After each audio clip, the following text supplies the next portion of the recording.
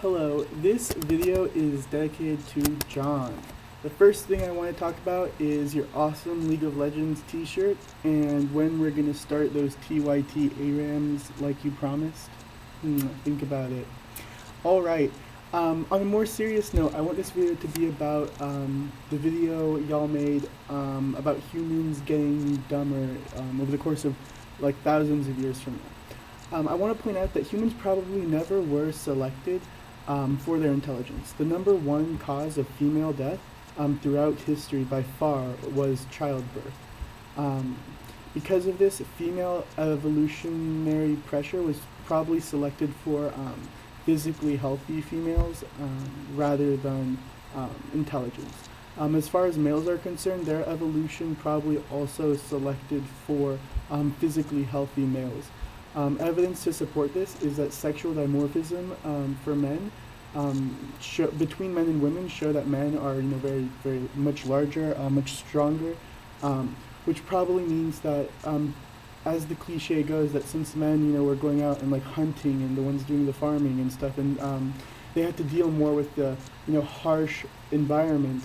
The men that were selected were the men who were, physically stronger, physically larger, and they were more easily able to thrive in this, physically harsh environment. While you do have these two different selection pressures, because females largely evolution driven by, whether you can reproduce is whether, you can survive childbirth, and for men, whether you can, survive, getting, just surviving day to day in, the wilderness and stuff like that.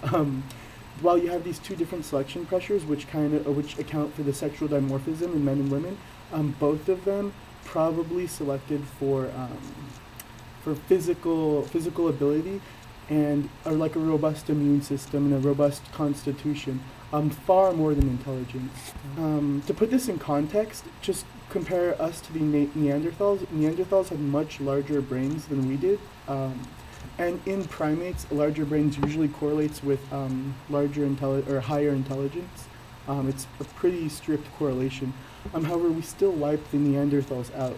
And this is probably due to the fact that humans were physically smaller than Neanderthals. And since we were smaller, we need fewer calories, which is a really great asset in Europe, where where there's a much higher chance to be like really cold and for food to be really hard to find. So in this case, you see that our physical asset of being smaller and needing less calories kind of trumped the Neanderthals, who were probably more intelligent than us at the time. As far as humans about 2,000 years ago, in your video, it was kind of talking about humans probably peaked at intelligence about 2,000 years ago. I want to point out that humans today who read the New York Times on a daily basis absorb more information than a medieval man did in his entire lifetime. This suggests that while our brains are capable of mammoth feats of intelligence, there was never a time when this capacity was really selected for. Furthermore, 2,000 years ago, people were not free to marry based on intelligence. Marriages were often pre-planned and based on complex social guidelines that often dictated who could marry who. Furthermore, at this point in human evolution, probably natural selection had was not as active in selecting for human traits. It was probably more done through sexual selection, where society dictates, or society comes up with what it thinks is valuable and then selects based on those principles. And this is mainly because you have like these much more stable communities which create a safety net, or like a barrier between the individual and harsh conditions. Okay, since stable communities create a safety net against the dangers of the environment, selection was probably no longer driven as heavily by the rigors of nature, but by what society dictated was valuable. For instance, an aristocrat and a subsistence farmer were probably pretty similar genetically, but the aristocrat was far more likely to have more offspring survive because he was selected for based on social factors.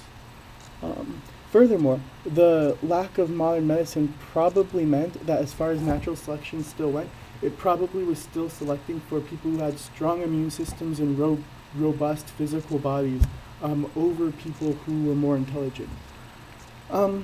This People might accuse me of making a dichotomy, a false dichotomy between being physically robust and being, mentally intelligent.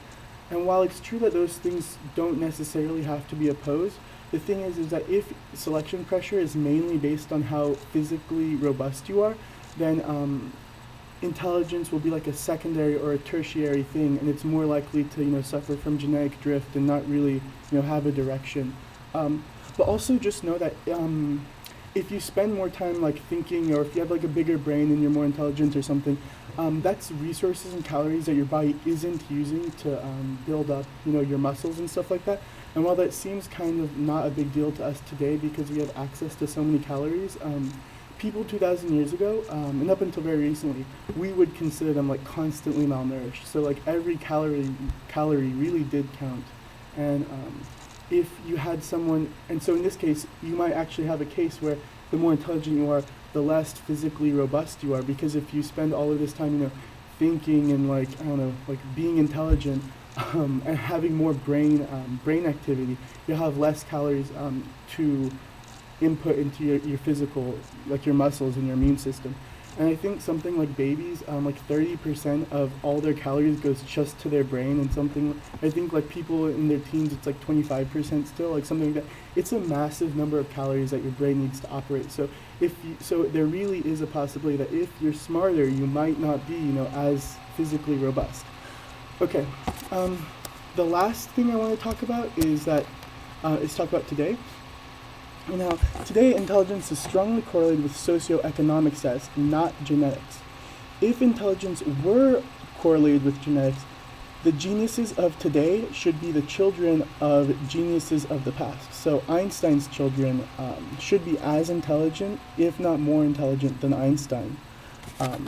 Nobel Peace Prize winners should be the children of past Nobel Peace Prize winners. Because if you inherit these like intelligent genetics, you'll have a higher propensity to succeed and find out issues to these massive problems.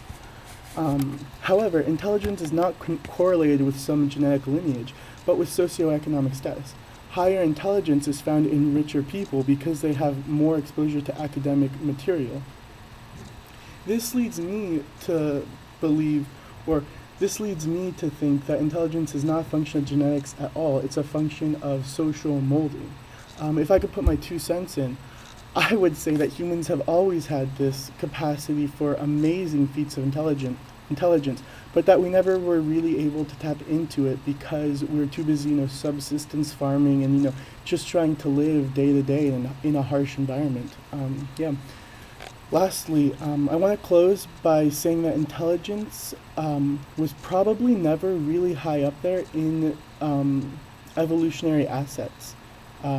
But today it's probably higher up on the ladder than it ever was before. While it's true that due to technologies humans can survive without being geniuses, selection based on intelligence is probably more important today because it's no longer as important to have a strong immune system or a healthy constitution. Today, we are freed from these other selection pressures, like disease, and we have the leisure to evaluate our mates based on whether they're funny, insightful, and yes, whether they are intelligent. All right, John and TYT as a whole, have a great day. Keep up the good work. I hope you respond or come back to this. Thanks. Bye.